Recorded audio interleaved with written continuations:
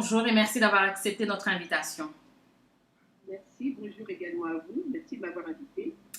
Alors, sans plus tarder, on va entrer dans le vif du sujet, parler de ce qui fait pratiquement l'actualité ces derniers mois. Vous l'avez suivi, cela fait des mois que le monde entier est plongé dans une crise sanitaire sans précédent et qui a fait des milliers et des milliers de morts. Comment avez-vous vécu cette situation inédite? Je la vis doublement. Je la vis sur un plan personnel et intérieur, et je la vis sur un plan extérieur s'agissant de l'environnement. Sur un plan personnel, que vous dire, c'est que quand la même question m'a été posée par des proches, je leur ai dit, moi déjà le télétravail, j'y suis depuis plusieurs années de par mes engagements publics sur les 5 continents. De par mon activité professionnelle en tant que chef d'entreprise, avec 80% de ma clientèle qui se trouve à l'international, que le confinement, écoutez, moi, de retour de voyage à l'étranger, il faut bien que je travaille sur mes dossiers. Donc, je passe beaucoup de temps sur les dossiers et à la maison, puisque c'est le lieu où j'ai domicilié ma société. Et puis après, c'est aussi une gestion de travail, une coordination de soi. C'est comment on vit la chose, ça peut être aussi, et c'est aussi bénéfique. Il ne faut pas voir que des interrogations ou des points négatifs, il faut prendre de la hauteur pour voir les choses différemment. Sur un plan extérieur, je regarde tout ce remue-ménage de toutes les couches de la société, donc que ce soit la société civile, que ce soit le public et l'institutionnel, et force est de constater que depuis plusieurs années, les choses n'ont pas changé. Fondamentalement, les choses n'ont pas changé de manière introspective, dans le sens où vous avez certaines catégories de population, de culture ou de société, d'organisation ou d'État qui n'ont toujours pas changé de prisme, de paradigme. Ils savaient que nous allions rentrer dans un nouveau monde. Ils savaient, pour certains, que ces choses pouvaient arriver, mais pas peut-être à ces niveaux-là, parce que c'est forcément inédit. Mais il y a toujours un manque d'anticipation. Certains réagissent que quand ils sont au pied du mur. Quand vous êtes au pied du mur, vous avez moins de marge de manœuvre, et en plus de cela, il vous en coûte beaucoup plus cher. Et vous êtes plus redevable. Et puis, au lieu d'être pragmatique et de changer sa façon de faire, je vous dirais que c'est juste de l'innovation, donc faire sur déjà de l'existant. À un moment donné, on ne peut pas rester sur de l'existant et sur les mêmes systèmes. Il faut complètement faire table rase, ce qui signifie gérer ses émotions, parce que c'est forcément difficile de dire « Ah, mais non, tel système ou telle chose a perduré depuis longtemps, c'est notre héritage, c'est notre patrimoine, ça a bien marché. » Si je comprends bien, quelque part, vous imputez cette responsabilité aux politiques? Je n'impute pas aux politiques, parce que comme je l'ai dit, j'ai eu un regard sur toutes les couches de la société et la société civile inclus. Et comme je le disais, tout dépend du niveau de la société, parce qu'il y a aussi la société civile. La société civile, ce sont des communautés d'individus et des communautés parfois culturelles. Aujourd'hui, je vois que certaines sont un peu plus avant-gardistes qu'elles ne l'étaient déjà l'année dernière. L'année dernière, elles ne pouvaient pas se manifester de manière aussi rapide qu'elles le font aujourd'hui. Donc, ça n'est pas... Et quand vous me posez la question, si je dis que ce sont les politiques, politiques dans quel sens? Politique institutionnelle, nos politiques publiques, parce que si c'est dans ce sens-là, dans ce cas-là, il faudrait changer la politique générale. Il faudrait changer ces systèmes qui sont aujourd'hui désuets, à bout de souffle et en fin de cycle de vie. Parce que, comme on se le dit aussi depuis quelques mois, depuis que nous sommes rentrés à un niveau très dur du Covid-19, tout le monde est d'accord pour se dire que nous rentrons dans un nouveau monde et que demain ne sera plus comme aujourd'hui ou comme hier. D'accord, vous parlez de ce système qu'on doit changer, mais n'est-ce pas de l'utopie aujourd'hui de penser que ce système peut évoluer quelque part? De l'utopie peut émerger une idée, et d'une idée émerge un projet, et d'un projet peut passer en phase de réalisation concrète et d'exploitation. L'utopie, tout dépend du niveau de l'idée que vous en avez, de comment vous l'organisez et comment vous l'implémentez de manière stratégique. Si effectivement vous n'avez pas les capacités, vous n'avez pas les moyens, vous n'avez pas les ressources adéquates ou suffisantes, vous n'êtes pas une personne à forte pugnacité, oui, ça reste de l'utopie parce que quels que soient les efforts consentis et de bonne volonté que vous y mettrez, vous n'avancerez pas. Alors, le monde est aujourd'hui frappé de plein fouet par cette pandémie. Personne ne s'y attendait. Quel peut pour vous être l'impact économique? Alors, tout dépend comment c'est travaillé. Je vais encore peut-être faire une redite. Les impacts économiques, c'est que, s'agissant par exemple pour l'Afrique, c'est de transformer les dettes en investissements. Il y a quelques jours a été évoqué le cas des dettes où certains États, le président Macron en France a demandé une annulation. Le G20, G5 et le club et je ne sais plus quelle autre organisation a plutôt souhaité un moratoire. Le FMI, lui, a proposé un allègement. Mais madame, moratoire, allègement et annulation, dans le dictionnaire, les mots ne veulent pas dire la même chose. Et financièrement, non plus.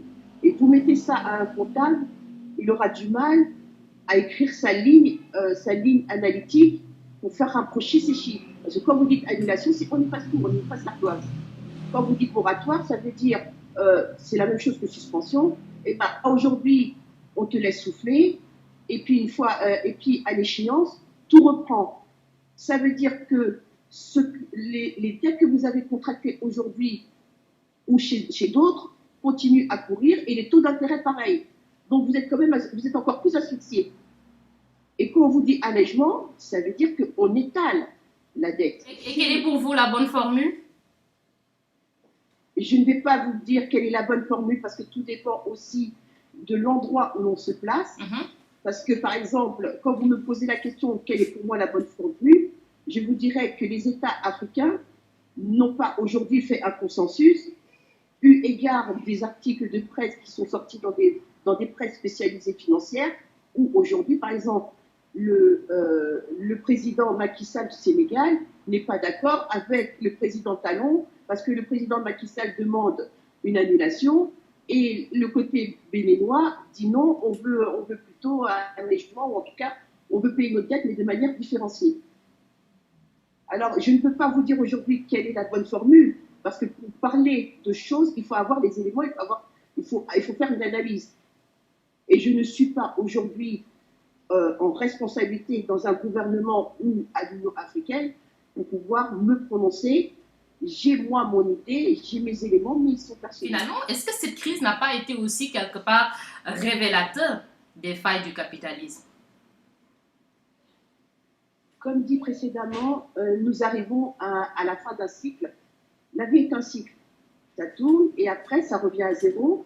Mais parfois, il faut faire une rupture et partir sur des choses complètement nouvelles, sortir de sa zone de confort, augmenter, être en capacité de pouvoir augmenter sa zone de risque. Et c'est aussi ce que l'on appelle changer de paradigme et mettre des nouveaux prismes. Parce que les systèmes que nous avons aujourd'hui, et aujourd'hui où nous parlons, nous fêtons la fête européenne du 9 mai, mais l'Union européenne est voulue par le président Robert Schuman et d'autres, date à 72 ans, je crois. Donc 72 ans que ça existe sur les mêmes fonds. Mais aujourd'hui, nous sommes à un nouveau siècle. 2020 est une nouvelle année, est une nouvelle décennie et aussi un nouveau siècle. Et aujourd'hui, nous sommes dans la digitalisation, nous sommes dans la rapidité, ça ne correspond plus. Donc vous ne pouvez pas tout le temps faire des avenants à des résolutions, je ne sais pas combien. Non, il faut à un moment donné, ces systèmes, ils ont été mis en place par rapport à un siècle, à une situation donnée, à un monde qui correspondait, mais aujourd'hui, ça ne correspond plus. Et c'est la raison pour laquelle plus de la moitié de la planète est dans cette situation aujourd'hui. Alors, cette crise également, on s'attendait à une catastrophe en Afrique, mais finalement, le drame présagé n'est pas arrivé en Afrique. Pour vous, qu'est-ce qui s'est passé? Ce sont des atouts qui existent ou c'est un miracle? Il n'y a pas de miracle. Et moi, j'ai jamais parlé de catastrophe. Je ne m'attendais pas du tout à une catastrophe. L'Afrique est un continent qu'on dit le continent de la débrouille.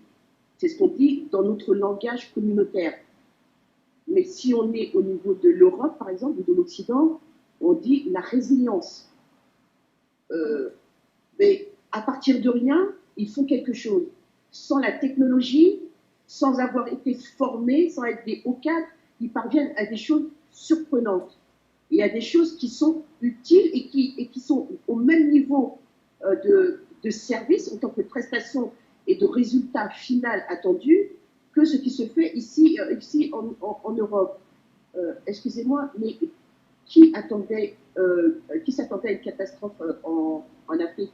Parce qu'en plus, selon où vous vous situez, dans quel continent vous vous situez, le langage n'est pas le même. Selon la communauté avec laquelle vous parlez, par exemple, moi, je vais vous parler, quand vous me dites qu'on s'attendait à des catastrophes, je dis que ça, c'est effectivement un langage qui est récurrent en Europe.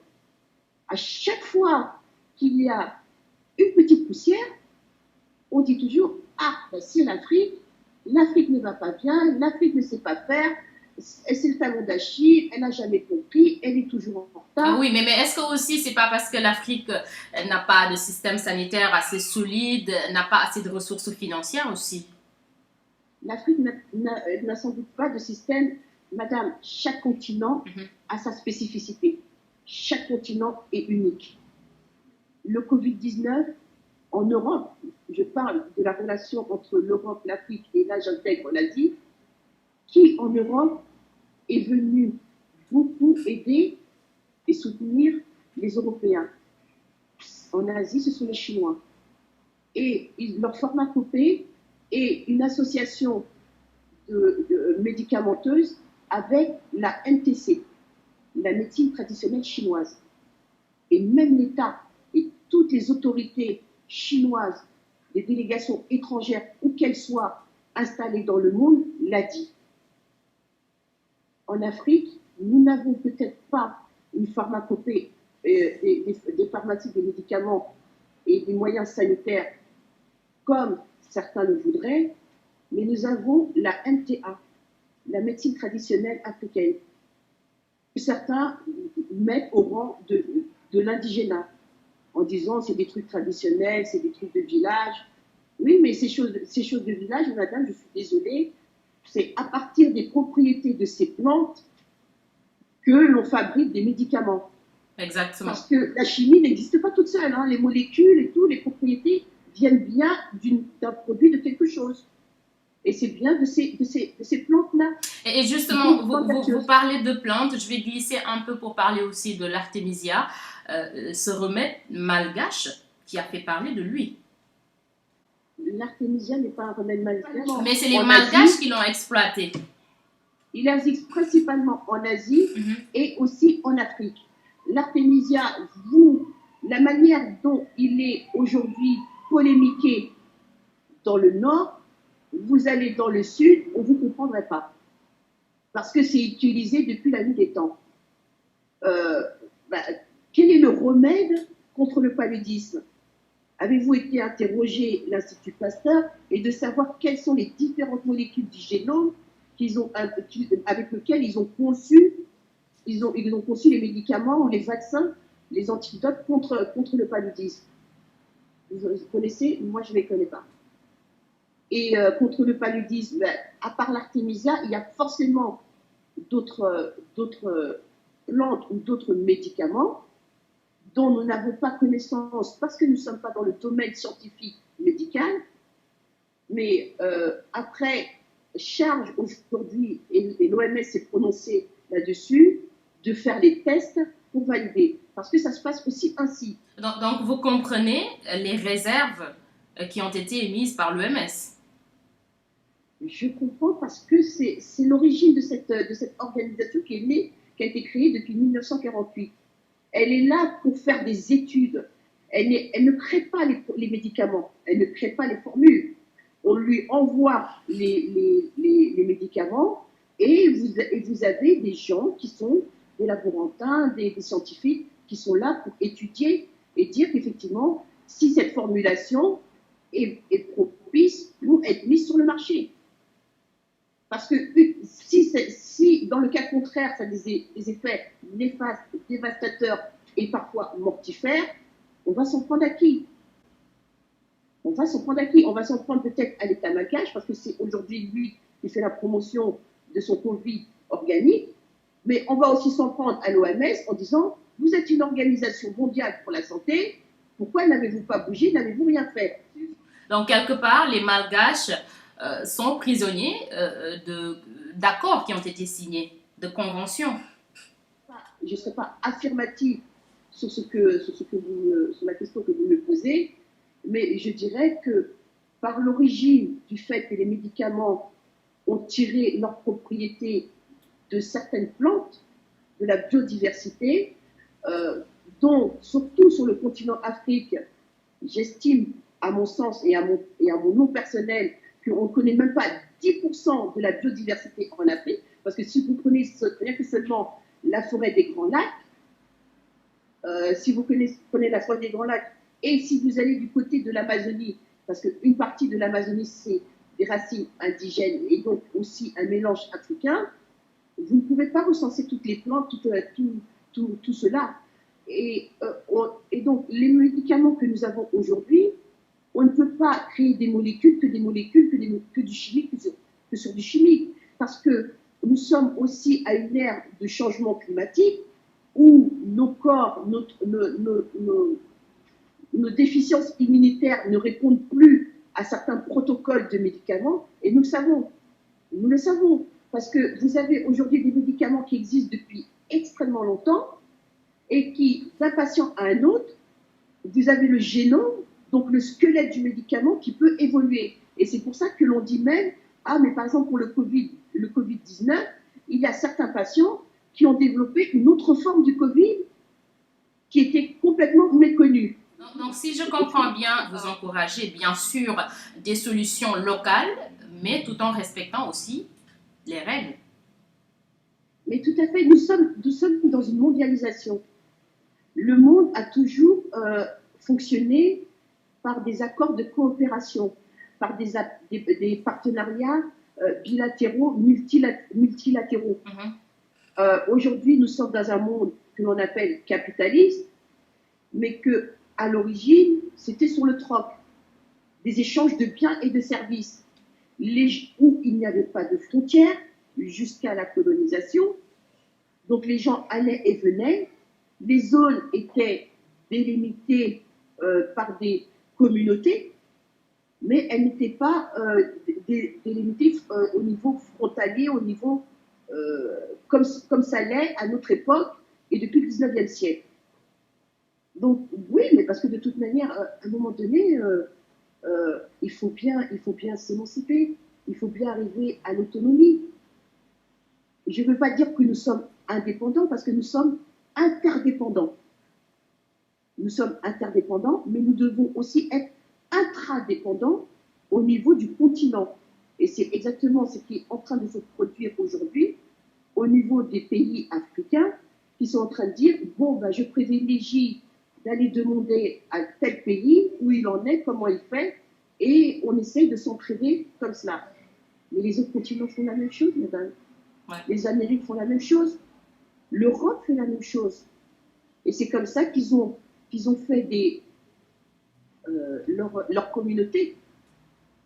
En Europe, c'est l'Union européenne. Aux Amériques, c'est les États d'Amérique unie. Pas les États-Unis d'Amérique, mais les États d'Amérique unie, donc qui comprend l'Amérique latine, l'Amérique du Sud, l'Amérique du Nord. Voilà, en Afrique, c'est l'Union africaine qui ne bouge pas autant que l'Union européenne. Oui, l'Union africaine, vous savez, en Europe, on parle d'un continent et on cite très souvent une partie de ce continent. Qu'est-ce qui se trouve du côté est? L'Asie, qu'on appelle le soleil levant, et au niveau de l'Afrique, c'est l'Afrique anglophone, lusophone et germanophone, parce qu'on oublie qu'effectivement, du côté de l'Est, il n'y a pas que les anglophones. Au niveau de l'Europe, les pays qui sont régulièrement cités, moi par exemple qui suis en France, mais je ne veux pas l'appeler à ça, hein. Je ne veux pas lui donner cette connotation, mais la France se situe à l'ouest de l'Europe. Et excusez-moi, mais il y a une expression qui dit être à l'ouest. Mais ça n'est pas une connotation que je veux étiqueter sur la France. Quand on dit qu'on est à l'ouest, ça veut dire qu'on est parfois en retard de quelque chose.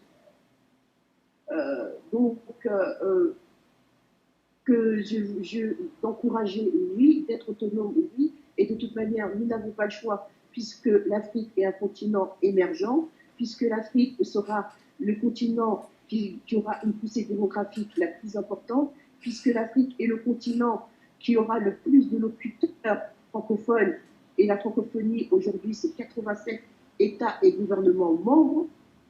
Donc, si vous ne vous prenez pas en main, en demandant conseil à vos alliés historiques ou nouveaux, charge à vous de choisir comment vous mettrez la définition et la stratégie, qui va vous soutenir.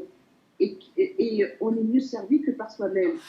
Avec cette crise, finalement, la seule solution qui s'offrait aux États, c'était le confinement. Mais l'Afrique n'a pas pu franchir le pas. Pour vous, l'autonomie financière est un atout face à une telle situation? Qui dit autonomie financière dit autonomie de la personne, de l'individu. Dit moins de charges, moins de dépendance, et aussi une plus grande liberté des choix que l'on a à faire et des choix stratégiques.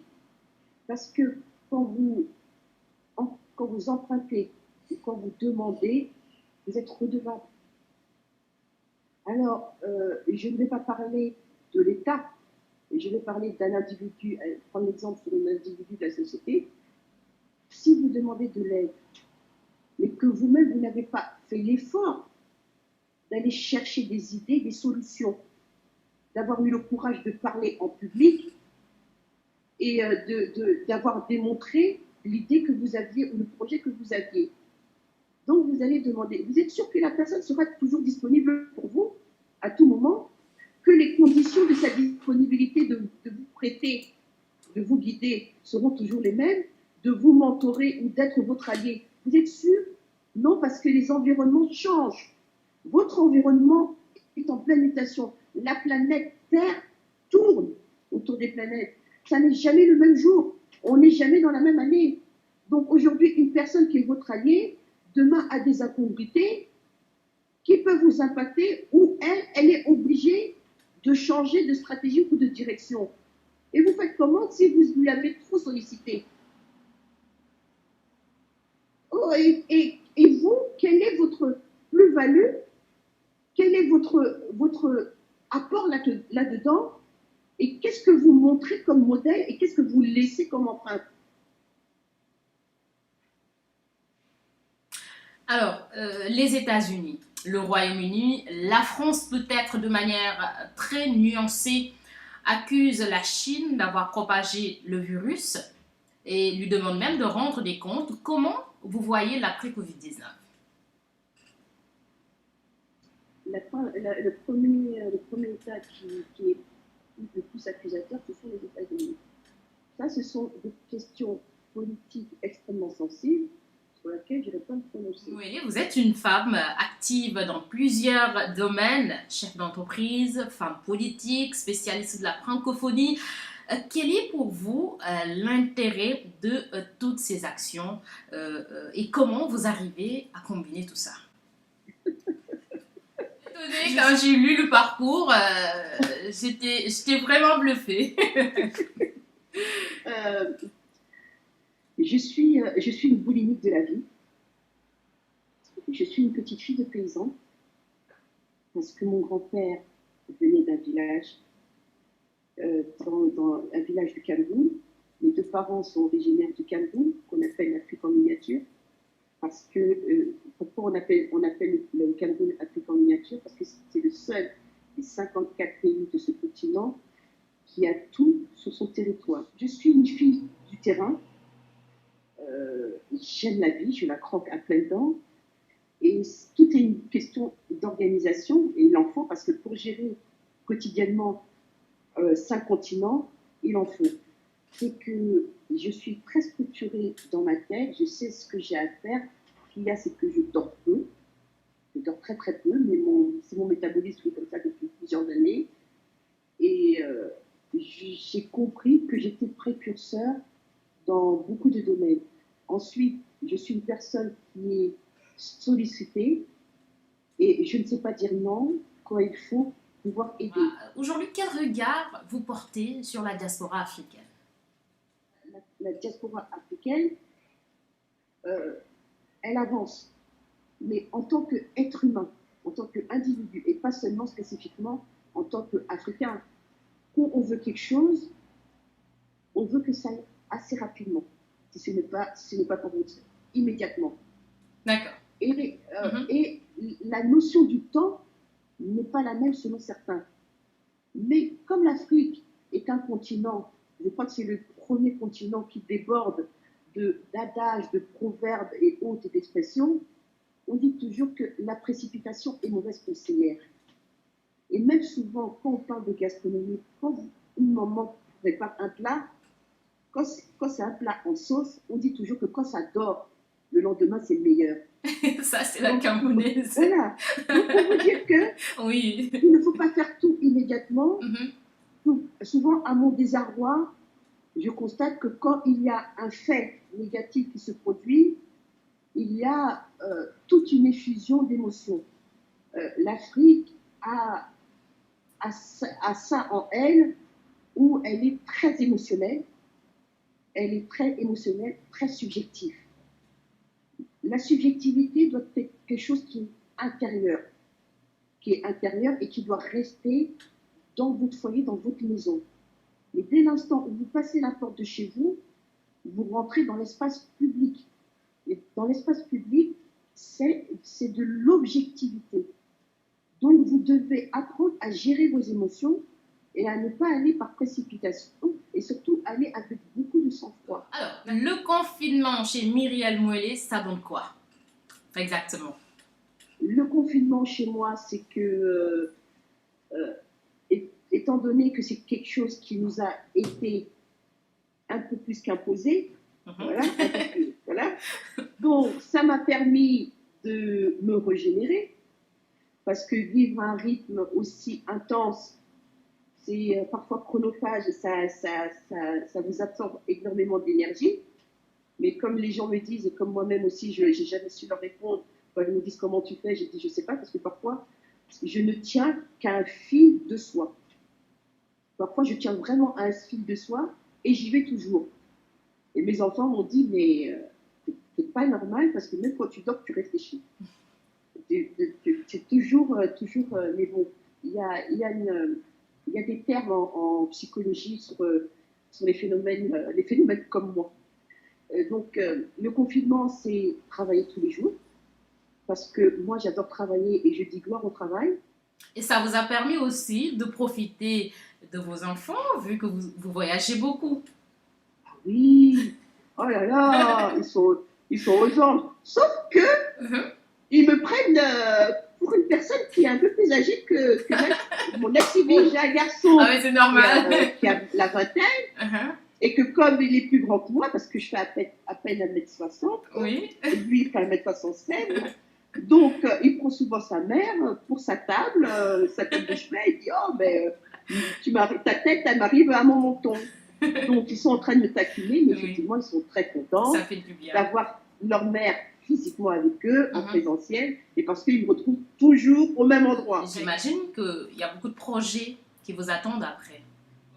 Les projets, il y en a beaucoup, parce que puisque nous rentrons dans un nouveau monde, donc il y a tout à bâtir, et qu'il y a de la place pour tout le monde, on peut être sur le même secteur d'activité, avoir les mêmes compétences, avoir le même niveau d'expérience, mais le faire de manière différenciée. Tout est une question de plan stratégique, d'accord cadre, et des moyens que l'on a à sa disposition. Myriel Mouelé, merci. Ça a été un plaisir pour moi, un privilège de vous interviewer. Plaisir partagé, je vous remercie.